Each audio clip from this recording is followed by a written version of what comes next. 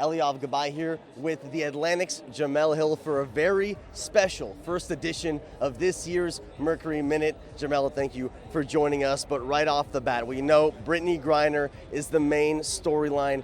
What does she add to this team, not only on the court, but off the court, in your opinion? Yeah, well, I think the biggest thing she may add for them on the court is inspiration. And I know, obviously, we know what an offensive force she is. We know what a defender that she is. But I think every team sometimes needs a singular mission.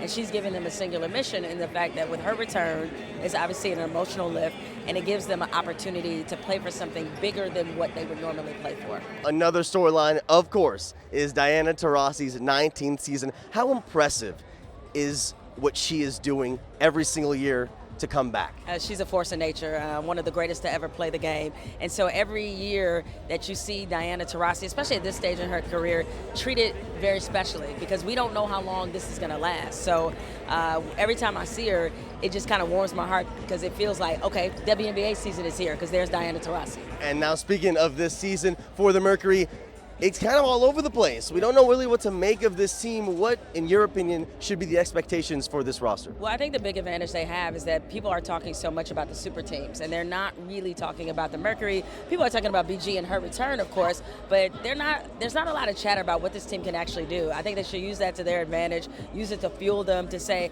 hey, we're actually in the rare position to be flying a little bit under the radar, and use that to fuel them throughout this season.